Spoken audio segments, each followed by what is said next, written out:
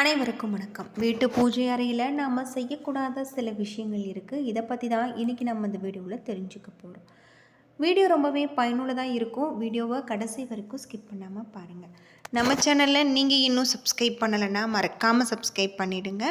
வாங்க வீடியோக்குள்ளே போகலாம். தினசரி காலை மாலை இரு வேளையுமே வீட்டு பூஜை அறையில் பூஜை செய்வது இறை வழிபாட்டை மேற்கொள்ள வேண்டும் என சாஸ்திரத்தில் சொல்லப்பட்டிருக்கு. கோவிலுக்கு சென்று வழிபடுவதாக இருந்தாலும் வீட்டிலேயே வழிபாடு செய்வதாக இருந்தாலுமே அதற்கான சில வரைமுறைகளை வகுத்து வைக்கப்பட்டிருக்கு. அந்த முறைப்படி நம்முடைய வழிபாட்டை மேற்கொண்டால் அதற்குரிய பலன்களை நாம் முழுவதுமாக பெற முடியும். நம்முடைய வீட்டில் பாசிட்டிவ் எனர்ஜியை அதிகரிக்க செய்யக்கூடிய இடங்களில் முக்கியமான ஒன்று பூஜை அறை. வீட்டில் எப்பொழுதுமே தெய்வீக தன்மையும் பாசிட்டிவ் எனர்ஜியும் நிறைந்திருக்கும். பூஜை அறையை எப்படி வைத்திருக்கிறோமோ என்பது மிக முக்கியமான ஒன்று. நம்முடைய பூஜை அறையில் எத்தனையோ விதமான சுவாமி படங்கள், சிலைகள் உள்ளிட்ட பழங்கள் இருந்தாலுமே நம்முடைய இஷ்ட தெய்வங்கள் உள்ளிட்ட பலவுமே வைத்திருப்போம். இந்த முறையில் நம்ம வீட்டு பூஜை அறையில் பூஜை செய்வது இன்னும் சிறப்புக்குரிய ஒன்றாக இருக்குது. சாமி படங்களை தாண்டி பூஜை அறையில் கண்டிப்பாக இருக்கக்கூடிய ஒரு பொருள் வழிபடும் முறைகள் என சில இருக்குது. இந்த முறையில் நம்முடைய தினசரி வழிபாட்டை மேற்கொண்டால் வீட்டில் நன்மைகள் பெறுவதுடன் தெய்வத்தின் அருள் எப்பொழுதுமே நிறைந்திருக்கும் அப்படின்னு சொல்லப்படுது. வீட்டில் மகாலட்சுமியின் அருள் கலாய்ச்சம் நிறைந்திருக்க வேண்டும் என்றால் பூஜை அறையில் கண்டிப்பாக மகாலட்சுமி வாசம் செய்யப்படுவதாக சொல்லப்படும் பொருட்களை ஒன்றாக கண்ணாடியை அவசியம் நாம் வைத்திருக்க வேண்டும். அதற்கு தினமுமே நாம் பூஜை செய்யும் பொழுது தீபதூர்ப ஆராதனை காட்ட வேண்டும்.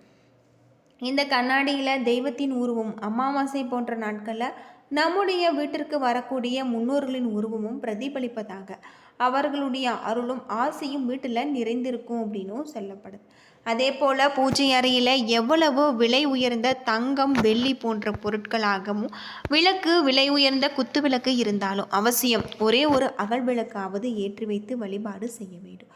வீட்டில் இருக்கக்கூடிய தெய்வ சிலைகள் படங்களுக்கு பூஜை செய்யும் பொழுது வெறும் விளக்கேற்றி மட்டுமே வைத்து நாம் பூஜை செய்யக்கூடாது. கண்டிப்பாக ஏதேனும் ஒரு நைவேத்தியம் வைத்து படைத்து பூஜை செய்ய வேண்டும். நைவேத்தியமாக ஒரு உணவு சமைத்து படைக்க முடியவில்லை என்றாலும் சரி, சிறிது கற்கண்டாவது வைத்து நாம் பூஜை செய்ய வேண்டியது ரொம்பவும் நல்லது அப்படின்னே சொல்லலாம். சுவாமி படங்களுக்கு முன்பு ஒரு சிறிய கிண்ணத்தில் அரிசி, பருப்பு, மங்கள பொருட்களை நிரப்பி வைத்து பூஜை செய்வது சிறப்பானது. குறிப்பாக விநாயகரின் பாதத்திற்கு அருகில் எப்பொழுதுமே சிறிது அரிசி வைத்திருக்க வேண்டும்.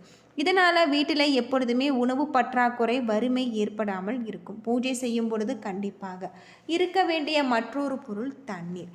அது மட்டும் இல்லாமல் தண்ணீர் இல்லாமல் ஒருபொழுதுமே நாம் பூஜை செய்யக்கூடாது. பூஜை அறையில் எப்பொழுதுமே பஞ்ச பாத்திரத்தை காலியாக வைத்திருக்கக்கூடாது. சிறிது தண்ணீரும் அதில் 1-2 துளசி இலைகள் அல்லது ஏதாவது ஒரு மலர் போட்டு தான் வைக்க வேண்டும்.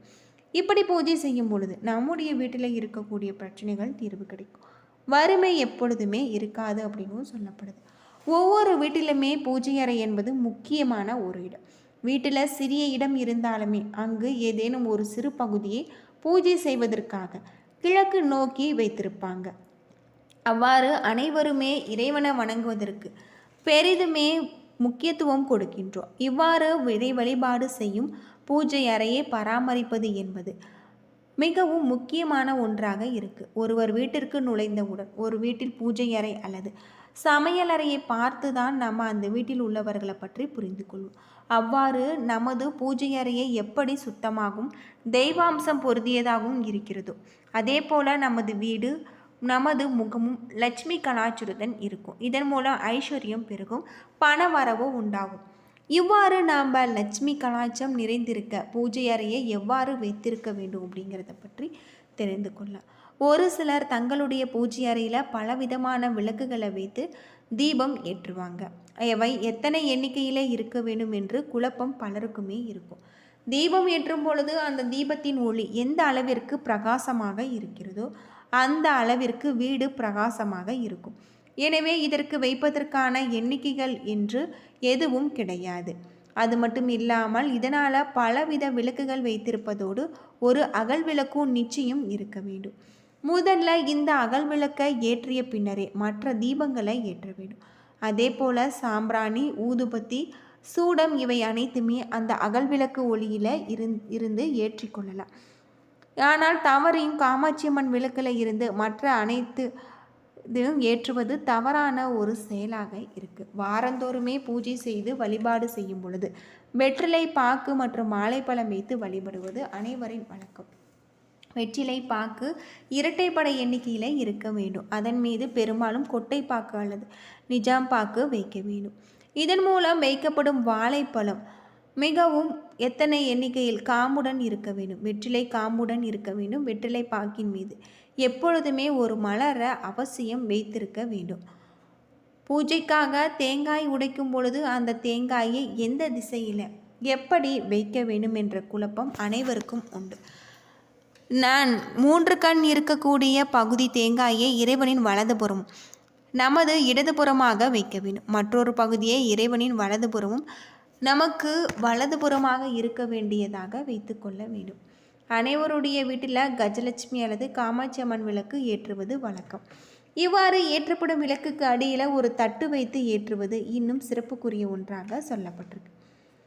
அந்த வகையில் நாம் காமாட்சி அம்மன் விளக்கு ஏற்றும் பொழுது மஞ்சள் அரிசி அல்லது மலர்கள் வைத்து ஏற்ற வேண்டும். ஏனென்றால் அம்மனை எப்பொழுதுமே சிம்மாசனத்தில் மட்டுமே அமர வைக்க வேண்டும். அவ்வாறு செய்வது நமது குடும்பத்திற்கு எப்பொழுதும் நல்லதாக இருக்குது. இதுபோல் பூஜை அறையில் நம்ம செய்வது ரொம்பவும் நல்லது. சிலருடைய கோவில்களுக்கு சென்று விட்டு வரும்பொழுது தெய்வத்தின் படத்தை வீட்டிற்கு வாங்கி கொண்டு போகலாம். அப்படி வீட்டிற்கு வாங்கி கொண்டு போனால் தீய பலன்கள் ஏற்பட்டு வீடுவோ அல்லது பயமோ மனதிற்கு நிலவுகிறோம். இதுபோல் செய்வதால் நம்முடைய வீட்டில் இருக்கக்கூடிய பிரச்சனைகளுக்கு தீர்வு கிடைக்கும். நமது வாடகை வீடாக இருந்தாலும் சொந்த வீடாக இருந்தாலுமே நாம் வசிக்கக்கூடிய இடத்துல நம்மை காக்கும் தெய்வத்திற்கு சிறிது தனியாக இருக்க இடம் ஒதுக்க வேண்டும். தெய்வத்தின் அருள் இருந்தால் மட்டுமே நம்முடைய வாழ்க்கையில் அனைத்து நலன்களையும் பெற முடியும். சில வீடுகளில் தனியாக பூஜை அறை இருக்கும் என்பது, ஆனால் வாடகை வீடுகளில் சிறிய வீட்டுகளில் இருப்பவர்கள் இப்படி பூஜை அறையை அமைக்க வாய்ப்பு இருக்காது.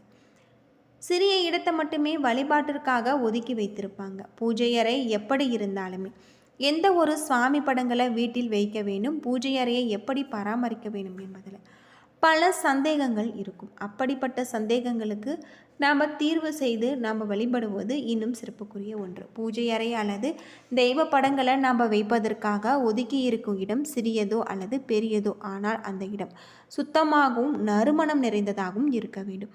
சுவாமி படங்களை கிழக்கு மேற்கு நோக்கி நாம் திசைகளை இருக்கும் பொழுது தட்சிணாமூர்த்தி, நடராஜர் போன்ற சுவாமி படங்களை மட்டுமே தெற்கு நோக்கி பார்த்து கொள்ள வேண்டும். இருந்தவர்களுடைய படங்களை பூஜை அறையிலோ அல்லது சுவாமி படங்களுடன் சேர்த்தோ வைக்கக்கூடாது. நம்முடைய முன்னோர்கள் வைத்து வழிபட்ட படங்கள் இருந்தால் அவைகள் நன்றாக இருந்தால் மட்டுமே நாம் வழிபட பயன்படுத்த வேண்டும். சேதமடைந்த சுவாமி படங்கள் அல்லது சிலைகளை வைத்து நாம் வழிபடுத்தக்கூடாது.